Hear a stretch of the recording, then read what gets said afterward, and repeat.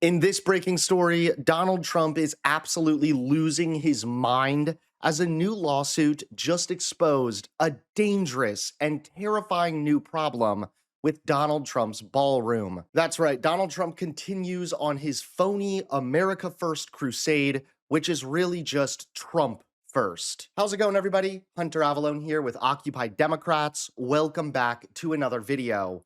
Don't forget to click that subscribe button if you agree that Donald Trump has only made America worse. But of course, Trump's supporters will never really see it that way because Trump supporters, conservatives as a whole, are hypocrites. The right has been screaming for the past few weeks that the left in America won't talk about fraud, about Somali fraud. They're super mad about Somali fraud.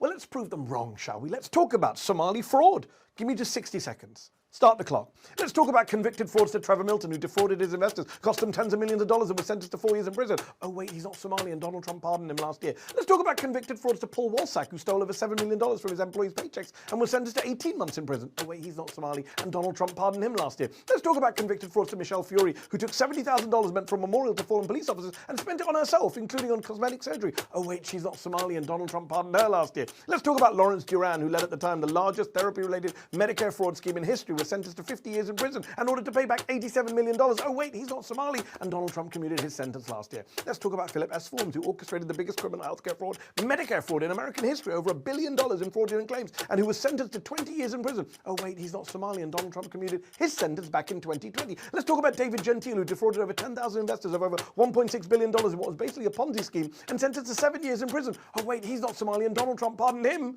just last month. So remember, they're so bothered by Somali fraud, not because they're bothered by fraud, their hero keeps pardoning the fraudsters, but because they're bothered by Somalis. And yes, that makes them racists. And this is why even on Fox News, these pathetic, phony, and slimy conservative hosts are getting absolutely ridiculed. As well. That's actually not true. That's not true that 100,000 Americans. The majority of the deaths by drugs in America are the result of meth and fentanyl. Almost none of that comes from Venezuela. So you're okay with massive amounts of cocaine traffic coming into the United States from Venezuela? No, I'm not saying that either. What I'm saying is if we want a real drug strategy, if we want to stop fentanyl and meth, which is largely what's killing our children and devastating our communities, then we need a real drug strategy to do that. But actually going and deposing a foreign leader and capturing them and now saying we're going to run the country, as Donald Trump just said on Saturday, he was indicted by the U.S. Justice Department. So we should just not follow through on action and indictments of our own Justice Department to bring him to justice in the United States. Otherwise, what's the point of these sorts of indictments? That is not at all what I'm saying, right? There are thousands of people who are indicted. But just because somebody is indicted, does that mean that we go and depose a leader and actually say we're going to run a country? Donald Trump on Saturday said very specifically that the United States is going to run Venezuela, that we're going to be in control of it, and we're going to put our oil companies in place. So I think that. But now Trump is raging as his ballroom just ran into a terrifying problem.